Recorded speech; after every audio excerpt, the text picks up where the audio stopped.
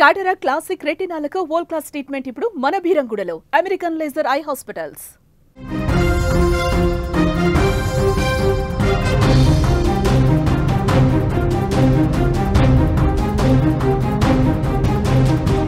ఈ రోజుల్లో బంధాలకు అనుబంధాలకు విలువ లేకుండా పోతుంది. క్షణికావేశం మనుషులను రాక్షసుల కంటే దారుణంగా మార్చేస్తుంది. క్షణికావేశంలో కాపాడవలసినటువంటి కొడుకులే తల్లుల పాలిట కసాయిలుగా మారుతున్నారు. తాజాగా కడప జిల్లా ప్రొద్దుటూరులో జరిగినటువంటి ఒక దారుణ ఘటన ఇప్పుడు రాష్ట్ర వ్యాప్తంగా తీవ్ర కలకలం రేపుతోంది. ఒక ప్రభుత్వ టీచర్ తన సొంత కుమారుడి చేతిలో దారుణంగా హత్యకు గురవడం స్థానికంగా కలకలం రేపుతోంది. ప్రొద్దుటూరు పట్టణంలోని శ్రీరామ్ నగర్లో ఈరోజు ఉదయం ఈ దారుణ ఘటన చోటు చేసుకుంది. ప్రభుత్వ ఉపాధ్యాయురాలిగా పనిచేస్తున్న లక్ష్మి అనే 50 ఏళ్ల మహిళను ఆమె కుమారుడు యశ్వంత్ కత్తితో గొంతు కోసి దారుణంగా చంపేశాడు. ప్రాథమిక సమాచారం మేరకు నిందితుడు యశ్వంత్కు మానసిక సమస్యలు ఉన్నట్లు పోలీసులు అనుమానిస్తున్నారు. తల్లి కొడుకుల మధ్య తరచూ చిన్న చిన్న వాగ్వాదాలు జరుగుతూ ఉండేవని, అయితే ఈరోజు ఉదయం వీరిద్దరి మధ్య వివాదం మరింత తీవ్ర రూపం దాల్చింది. ఈ సమయంలోనే ఆవేశానికి లోనైనటువంటి యశ్వంత్ ఇంట్లో ఉన్న కత్తితో దాడి చేసి కన్న తల్లిని అత్యంత దారుణంగా హత్య చేసినట్టుగా తెలుస్తుంది. ఈ నేపథ్యంలోనే వెంటనే సమాచారం అందుకున్నటువంటి పోలీసులు ఘటనా స్థలానికి చేరుకున్నారు. పరిస్థితిని పరిశీలించి మృతదేహాన్ని పోస్టుమార్టం నిమిత్తం ప్రొద్దుటూరు ప్రభుత్వ ఆసుపత్రికి తరలించారు. ఈ ఘటనకు సంబంధించి నిందితుడు యశ్వంత్ను పోలీసులు అదుపులోకి తీసుకున్నారు. ఇక ఘటన గురించి మరింత సమాచారం మా ప్రతినిధి సుదర్శన్ ఫోన్ లైన్లో అందిస్తారు. ఎస్ సుదర్శన్, ఘటన ఎలా జరిగింది, ఎందుకు జరిగింది, అసలు దీనికి సంబంధించిన అప్డేట్స్ ఏంటి? తల్లి కొడుకులకు తరచూ కూడా గొడవలు అవుతున్నమాట వాస్తవమే. కొడుకు జులాయిగా తిరుగుతున్నాడు. బీటెక్ అయిపోయి 4 ఏళ్ళైనా కూడా ఉద్యోగం సంపాదించలేదన్నది తల్లి బాధ. ఎందుకంటే ఒక టీచర్ గా, ప్రభుత్వ ఉపాధ్యాయురాలుగా సమాజంలో గౌరవప్రదంగా బతుకుతున్నటువంటి ఫ్యామిలీలో ఉన్నటువంటి ఒక్కగానొక కొడుకు నిరుద్యోగిగా మిగిలిపోయాడు, జులాయిగా మిగిలిపోయాడు. ఉద్యోగం సంపాదిస్తే తను తన ఫ్రెండ్స్ ముందు కానీ సాటి టీచర్ల ముందు చెప్పుకోవడానికి బాగుంటుంది అన్నది తల్లి అభిప్రాయం. అయితే యశ్వంత్ ఎప్పుడు కూడా తల్లిదండ్రుల మాట వినకుండా జులాయిగా తిరుగుతున్నాడు. ఇప్పుడు 4 ఏళ్ళుగా హైదరాబాద్ లో ఉంటూ కోచింగ్ తీసుకుంటున్నాను, ఉద్యోగం కోసం ట్రై చేస్తున్నాను అని చెప్తున్నాడు తప్ప ఉద్యోగం సాధించడంలో విఫలమవుతున్నాడు. అంతేకాకుండా చెడు వ్యసనాలకు కూడా బానిసయ్యాడన్న విషయం తల్లికి తెలిసి గతంలో పలుమార్లు మందలించింది. ఈ నేపథ్యంలోనే అతను ఈ రోజు ఉదయమే హైదరాబాద్ నుంచి ఇంటికి వచ్చాడు. ఇంటికి వచ్చిన వెంటనే తల్లితో వాగ్వాదానికి దిగాడు. అయితే అదే సమయంలో తండ్రి కూడా ఇంట్లోనే ఉన్నాడు. తండ్రి స్నానం చేయడానికి బాత్రూమ్ లోకి వెళ్ళి వచ్చి బట్టలు మార్చుకునే ప్రయత్నంలో తండ్రి బెడ్రూమ్ కు ఇతను గడియ పెట్టి బయట గడియ పెట్టాడు, బయటికి రాకుండా.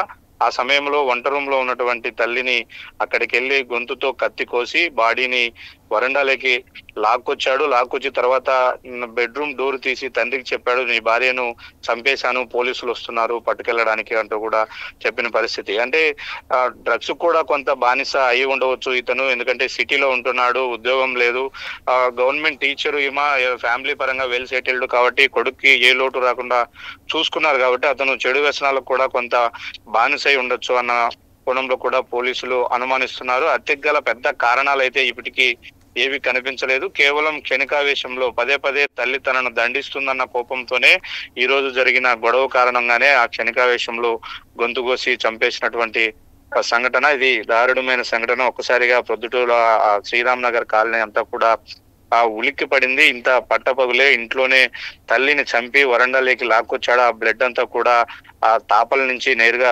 వీధిలోకి కూడా ప్రవహించినటువంటి పరిస్థితి. వెంటనే ఆ తండ్రి పోలీసులకు ఫిర్యాదు చేయడంతో అక్కడికి వచ్చి ఆ యశ్వంత్ అనే కొడుకుని పోలీసులు అదుపులోకి తీసుకొని ఇప్పుడు విచారిస్తూ ఉన్నారు. సుదర్శన్, అటు యశ్వంత్ కొంత మానసిక పరిస్థితి కూడా బాగోలేదేమో అనేటువంటి ఒక అనుమానాలు కూడా వినపడుతున్నాయి. అలాంటిది ఏమన్నా ఉందా? పూర్తిగా ఆరోగ్యంగానే ఉన్నారా? గతంలో వాళ్ళు అంటే కలిసి దిగిన ఫోటోలు కానీ వాళ్ళ నేపథ్యం చూస్తే మాత్రం అంత మెంటల్ కండిషన్ బాగలేనంత స్థితిలో అయితే ఏమీ యశ్వంత్ లేడు. కానీ ఆ తల్లిదండ్రులు ఏమన్నా కూడా ఈ కాలం కొద్ది పిల్లలు ప్రతిదానికి కోప్పడ్డము, ఆవేశపడ్డం చేస్తూ ఉంటారు. అలాంటి టైంలో ఏమిరా మెంటల్ గా బిహేవ్ చేస్తున్నావని తల్లిదండ్రులు అనడము పరిపాటి. అలాగే మా వాడు మెంటల్ గా బిహేవ్ చేస్తూ ఉంటాడు అని తండ్రి ఆరోపిస్తూ ఉన్నాడు. గతంలో కూడా ఇలాగే ప్రవర్తించేవాడని తండ్రి చెప్తున్న మేరకే యశ్వంత్ యొక్క మానసిక మానసిక స్థితిని ప్రస్తుతం అయితే పోలీసులు అంచనా వేస్తూ ఉన్నారు.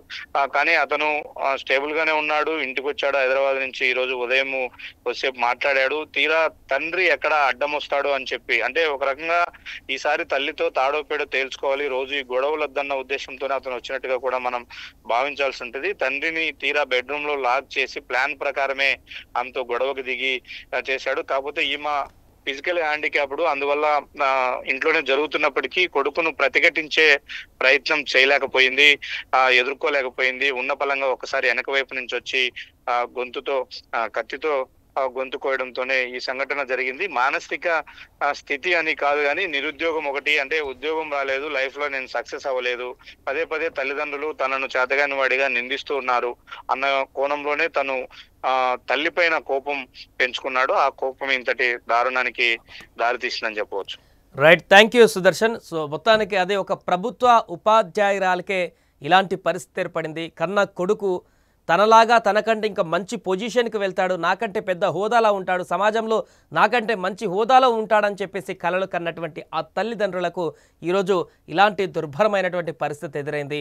చేతికొచ్చినటువంటి కొడుకు చేతికి అందుతాడనుకున్నటువంటి సమయంలో వారినే చంపేసేటువంటి మానసిక స్థితి, లేదంటే అంతటి క్రుయాలిటీ మెంటాలిటీ ఈరోజు కొంతమంది పిల్లలకు వస్తుందంటే అర్థం చేసుకోవచ్చు ఎలాంటి వ్యసనాలకు వారు వెళ్తున్నారనేది. దీనికి సంబంధించి ఆ యశ్వంత్ తండ్రి మాట్లాడినటువంటి బయట కూడా ఉంది, ఒకసారి అది విందాం. వచ్చినాడు తిరిగినాడు, నేను స్నానం చేస్తాను, వచ్చిన బిడ్డలు మార్చుకుంటుంటే వాళ్ళదేమో వాళ్ళమ్మతో ఏమంటున్నాడేమో ఏమైందో లోపల బొడ్డలు తొడుకుంటుంటే గడేసినాడు, గుడ్డలు తొడుకో వాకిలు వేసినాడు, గుడ్డలు తొడుకోండు నేను తీసా అని వాకిలు వేసి ఇంకా మొత్తుకుంటాను. అది మళ్ళీ అండి రెండు చెప్పుని చంపినా నాకు పోలీసులు వచ్చారు, చంపినా భార్యను అని అంత మెంటల్ ఉన్నది. వస్తానే మళ్ళీ తొక్కుంటే మళ్ళీ దుప్పి మళ్ళీ వాకిలు వేసినాడు. వచ్చినాడు తిరిగినాడు,